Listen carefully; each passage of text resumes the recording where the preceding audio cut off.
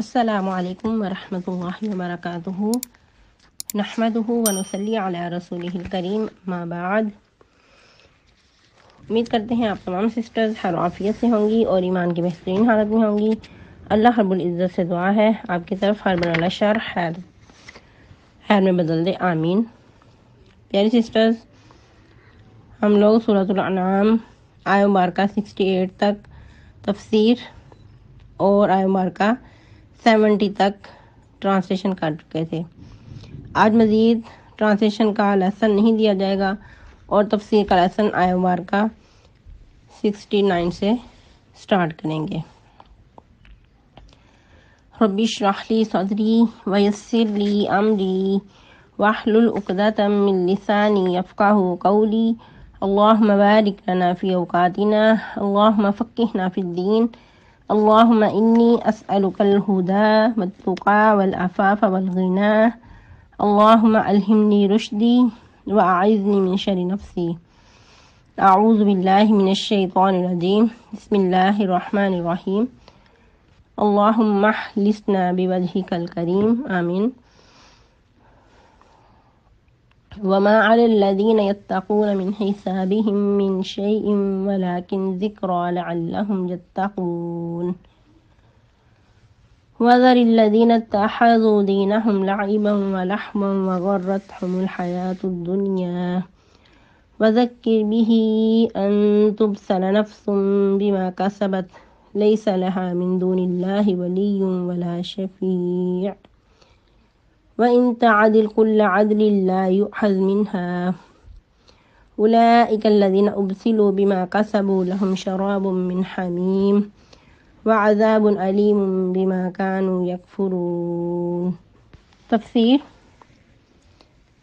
ہم لوگ کل والے لیسن کو ہی مزید آگے لے کر بڑھیں گے، اسی موضوع کو کنٹینیو کریں گے۔ جیسا کہ ہم پڑھ رہے تھے آیہ مبارکہ 68 میں اللہ رب العزت فرما رہے ہیں کہ مومنین کے شان کے لائق نہیں کہ جب ایسی مجالس کو دیکھیں جہاں اللہ کی آیات کا مذاق اڑایا جا رہا ہو، اللہ کے احکام و فرائض میں کج بحثیاں کی جائیں، تو ان مجالس کو چھوڑ کر وہاں سے اعراض کرنا از حد ضروری ہے۔ اگر ایسا نہیں کیا جائے گا تو اِنَّکُمْ اِذًا مِثْلُهُمْ، تو تم بھی انہی کے ساتھ شامل ہوگے، تمہارا شمار بھی انہی لوگوں میں سے ہوگا۔ پھر مزید کہا گیا کہ اگر شیطان تمہیں بلا دے تو یاد آنے کے بعد ظالم لوگوں کے ساتھ نہ بیٹھنا۔ اور ادھر ایک اور اہم بات کہ انسان اگر ایسے لوگوں کے ساتھ ہی بیٹھا رہے گا، ایک تو یہ کہ ان لوگوں میں شامل ہوگا، اور دوسرا نقصان یہ کہ اللہ نہ کرے اگر ایسے لوگوں پہ جو ظالم ہیں ان پہ عذاب آ جاتا ہے تو جو اس وقت وہاں کے لوگ اور بھی ہیں وہ بھی اس عذاب میں مبتلا ہوں گے۔ تو اس لیے از حد ضروری ہے کہ گناہوں والی مجالس کو چھوڑ دینا۔ پھر اللہ رب العزت مزید اس کی وضاحت کر رہے ہیں وَمَا عَلَى الَّذِينَ يَتَّقُونَ مِنْ حِسَابِهِمْ مِنْ شَيْءٍ، اور نہیں ہے تیرے ذمے ان لوگوں کا کہ جو پرہیزگاری کرتے ہیں کچھ حساب ان میں سے کچھ، یعنی کہ تمہارے ذمے ان لوگوں کا کچھ حساب نہیں ہے یا تمہاری ذمہ داری نہیں ہے کہ تم ایسے لوگوں کا حساب لو یا ان کی کوئی جواب دہی ہو تمہارے ذمے کہ جو پرہیزگار ہیں، لیکن ان کو نصیحت کرنا ضروری ہے تاکہ وہ بھی پرہیزگار ہو جائیں۔ بات کو مزید سمجھنے کے لیے کہ جو لوگ جن کے اندر اللہ کا تقوی ہے، ان کے اندر گناہوں سے بچنے کی پہچان ہے، وہ ایسی مجالس میں جاتے ہیں کسی خاص نیت کے تحت کہ وہاں جا کے ان کو واعظ و نصیحت کی جائے کہ ہو سکتا ہے ایسے لوگ کچھ اللہ کا خوف پیدا ہو ان کے اندر، وہ اپنے گناہوں سے باز آ جائیں، تو پھر ایسی مجالس میں جانے پہ ان پہ کوئی ایسا گناہ نہیں ہے۔ لیکن نیت ان کی مجالس کو رونق بخشنا نہ ہو بلکہ ان کو جا کر گناہوں سے روکنا ہے۔ جن خرافات میں وہ مبتلا ہیں ان کو اس سے باز کرنا مقصد ہو، ان کی اصلاح کرنا مقصد ہو، تو پھر ایسی مجالس میں جانے میں کوئی حرج نہیں ہے۔ لیکن آج ہمارا معاملہ اس کے برعکس ہو چکا ہے۔ ہم لوگ ایسی مجالس میں چلے جاتے ہیں اور پھر نہ تو ان کو منع کرتے ہیں. ایک طرف یہ ہوتا ہے کہ عزت جاتی رہے گی، رشتہ داروں کے سامنے ناک کٹ جائے گی، دوسرے لوگ کیا کہیں گے کہ یہی بہت دیندار رہ گئے ہیں. تو کیا ہے کہ گونگے شیطان بن کر ایسی مجالس میں بیٹھے رہتے ہیں، ایسی مجالس کو اٹینڈ کر لیتے ہیں. تو ایسے لوگ گویا کہ دوہرے گناہ گار ہیں. ایک تو مجالس کو اٹینڈ کیا اور وہاں جا کے ان کو منع بھی نہ کیا، اور دوسرا جو امت محمدیہ صلی اللہ علیہ وسلم کی اہم ذمہ داری ہے، جو اہم فریضہ ہے، اس کو چھوڑ دیا. کیونکہ امت محمدیہ صلی اللہ علیہ وسلم کی اہم ذمہ داری ہے امر بالمعروف نہی عن المنکر. اگر اس فریضے کو انجام نہیں دیں گے تو پھر یقیناً دوہرے گناہ کے مستحق ہوں گے. اب ہماری ذمہ داری بنتی ہے کہ ایسے لوگوں کو منع کریں. ولیکن ذکرى لعلہم یتقون، ایک امید کے ساتھ کہ ہو سکتا ہے وہ بھی پرہیزگار بن جائیں. لیکن ہم لوگ کیا کہتے ہیں کہ کیا کریں، لوگ ہی بہت سخت ہیں، لوگ کب باز آتے ہیں، لوگ کب سمجھتے ہیں. جب ہماری نیت ہی نہیں دوسروں کی اصلاح کرنے کی، دوسروں کو سمجھانے کی، تو پھر لوگ کیسے باز آئیں گے، کیسے ہماری بات کو سمجھیں گے. جب ہمارے اندر دوسروں کے لیے خیر خواہی ہوگی تو یقیناً لوگ ایک وقت کے بعد ضرور سمجھیں گے. سارے نہیں تو کچھ نہ کچھ تو ہمارے معاون بن ہی جائیں گے. ہماری اگر جستجو سچی ہوگی، ہمارے اندر تقویٰ ہوگا، دوسروں کی خیر خواہی مطلوب ہوگی، تو پھر اللہ سبحانہ وتعالی مزید فرما رہے ہیں وَذَرِ الَّذِينَ اتَّخَذُوا دِينَهُمْ لَعِبًا وَلَهْوًا، اور ان لوگوں کو چھوڑ دیجئے جنہوں نے اپنے دین کو کھیل اور تماشا بنا رکھا ہے اور دنیا کی زندگی نے ان کو دھوکے میں ڈال رکھا ہے. وذکر بھی، اور ان کو یاد دلا دیجئے ساتھ اس کے، یعنی کہ اس قرآن کے ذریعے. ان کے چھوڑنا ہے لیکن نصیحت بھی کر دینی ہے اس قرآن کے ذریعے. ان تبصر نفس بما کسبت، ایسا نہ ہو کہ کوئی جان ہلاکت میں مبتلا ہو جائے کس وجہ سے، جو کچھ ان کے ہاتھوں کی کرتوت نے آگے بھیجا، جو کچھ ان کے ہاتھوں نے کمایا. یاد رہے لیس لہا من دون اللہ، نہیں ہوگا اللہ کے علاوہ من ولی، کوئی دوست، ولا شفیع، اور نہ کوئی سفارشی. وَإِن تعدل، اور اگر فدیے میں کوئی بدلہ دینا چاہیں تو لا یؤخذ منہا، اس سے کسی قسم کا فدیہ قبول نہیں کیا جائے گا. اولئک الذین ابسلوا، یہی لوگ ہیں جنہوں نے ہلاکت میں ڈالا بما کسبوا، جو کچھ انہوں نے کمایا. لہم شراب من حمیم، ان کے لیے پینا بھی گرم پانی کا ہوگا. وعذاب علیم، اور عذاب دردناک ہوگا بما کانوا یکفرون، اس وجہ سے جو کچھ وہ کفر کرتے رہے. استغفر اللہم لا تجعلنا منہم برحمتک آمین. آج کے لیے اتنا ہی لازم کافی ہے. اللہم اجرنا من النار، اللہم انا نسألک الجنات الفردوس بغیر حساب، آمین.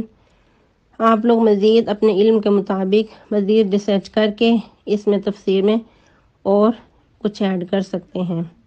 اللہ رب العزت ہم سب کا حامی و ناصر ہو.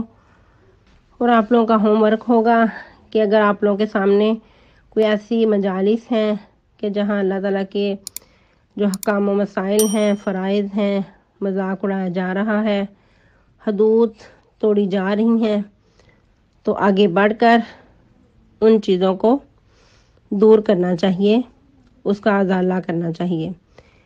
اور اس میں نیت اس مجلس کو رونق بخشنا نہیں، بلکہ جو قرآن و حدیث کے خلاف ہو رہا ہے اس کو ختم کرنا ہے. ورنہ وہی بات کہ اگر ہم اس نیت سے جا رہے ہیں کہ چلو ہم ان کو سیلیبریٹ کریں، ان کو رونق بخشیں، تو پھر یہ سراسر انکم اذا مثلہم ہوں گے، ہم بھی انہی کے ساتھ ہوں گے. اور اب تھوڑے ہی دن بعد، جیسا کہ آپ سب کو پتہ ہے، کوئی آپ سے کسی سے بھی یہ کوئی ڈکی چھپی بات نہیں کہ جو بڑے دن کے نام سے منایا جاتا ہے 25 دسمبر کے نام پہ، جو کہ کرسچن کا اسپیشلی دن ہے، تو دیکھا دیکھی ہم بھی کچھ نہ کچھ اپنا حصہ ڈال لیتے ہیں. کچھ تو بولے والے مسلمان، اور کچھ چلو ایسے ہی کوئی بات نہیں، خوشی کا دن ہے. یا پھر بچے، اور بچوں کو ہم روکتے نہیں بعض اوقات کے، چلو کوئی بچے تو بھی چھوٹے ہیں. تو یاد رہے کہ یہ بہت ہی بڑا گناہ ہے، اور اس دن کو سیلیبریٹ کرنا شرک کے زمرے میں آتا ہے. کیونکہ نعوذ باللہ استغفر اللہ عیسائیوں کا یہ عقیدہ ہے کہ اس دن اللہ سبحانہ و تعالیٰ کے ہاں عیسیٰ علیہ السلام کی پیدائش ہوئی، یعنی کہ نعوذ باللہ اللہ کا بیٹا پیدا ہوا۔ تقاد السماوات یتفطرن، قریب ہے کہ آسمان پھٹ جائے، اور زمین شک ہو جائے اور پہاڑ ریزہ ریزہ ہو جائے، ان دعوا للرحمن ولدا، اس لیے کہ انہوں نے رحمان کی اولاد تجویز کی ہے۔ وما ينبغي للرحمن ولدا، کہ رحمان کو تو اولاد شایع ہی نہیں، رحمان کے شان کے لائق ہی نہیں کہ اولاد پکڑے۔ تو اگر اس دن کو سیلیبریٹ کیا، اس میں تھوڑا سا بھی حصہ ڈالا، تو گویا کہ ہم بھی اس بات کے معاون ہو رہے ہیں کہ نعوذ باللہ استغفر اللہ اللہ کی اولاد ہے۔ اللہ کی اولاد کیسے ہو سکتی ہے؟ اللہ سبحانہ و تعالی اس عیب سے پاک ہے۔ یہ عیب انسان کے اندر ہے۔ انسان کو اولاد کی ضرورت ہے۔ انسان چاہتا ہے کہ کل بڑھاپے کا سہارا ہو، میرے لیے اولاد ہو، اور اولاد کی محبت، اولاد کی طلب اللہ رب العزت نے انسانوں کے اندر ڈالی ہے۔ اللہ سارا کے لائق نہیں کہ اس کے اندر ایسی کمزوری ہو، ایسا عیب ہو۔ اس لیے بار بار اللہ تعالیٰ اپنے بارے میں بھی کہتے ہیں سبحانہ، وہ اس سے پاک ہے۔ اور فرشتے بھی کہتے ہیں، جب فرشتوں کو کوئی آرڈر ہوتا ہے، اللہ سبحانہ و تعالی کوئی حکم نازل کرتے ہیں، تو فرشتے اپنے پر پھڑپھڑاتے ہیں اللہ کی ہیبت سے۔ پھر جب ان کو کچھ تھوڑا سا وقت گزرتا ہے تو آپس میں اس پہ تدبر کرتے ہیں کہ اللہ نے کیا حکم نازل کیا ہے، تو اس وقت کہتے ہیں سبحانک، اللہ تجھے پاکی ہے، ما عبدناک حق عبادتک، کہ اللہ تجھے پاکی ہے، جس طرح تیری عبادت کرنے کا حق تھا ہم ویسی عبادت نہیں کر سکے۔ اور وہ فرشتے کہ جو نہ گناہ کرتے ہیں، نہ تھکتے ہیں، نہ تھمتے ہیں، اور ان کی تسبیحات ایسے چلتی ہیں جس طرح ہمارے سانس چلتے ہیں، اور وہ شعوری طور پر تسبیحات کرتے ہیں، ہماری طرح نہیں کہ اگر ہم سبحان اللہ کہتے ہیں تو وہ بھی ہم انکانشیس لاشعوری طور پہ، اور ورڈنگ کی بھی ادائیگی ٹھیک نہیں کرتے، سبحان اللہ بس کہہ کے چلو جی، نہیں پتا کہ اس کے اندر کیا ہے، اس کی روح کو ہی نہیں جانتے۔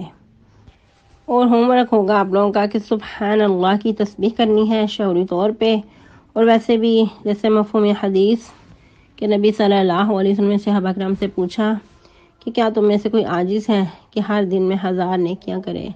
صحابہ کرام نے کہا کہ کون ایسا کر سکتا ہے کہ 1000 نیکی کرنا تو بہت واقعی مشکل کام ہے، اور ہر دن؟ تو نبی صلی اللہ علیہ وسلم نے فرمایا کہ جو سبحان اللہ 100 بار پڑھ لیتا ہے تو اس کو 1000 نیکیوں کا ثواب مل جاتا ہے۔ سبحانک اللہم ربنا وبحمدک، نشہد ان لا الہ الا انت، نستغفرک ونتوب الیک۔ والسلام علیکم ورحمۃ اللہ وبرکاتہ۔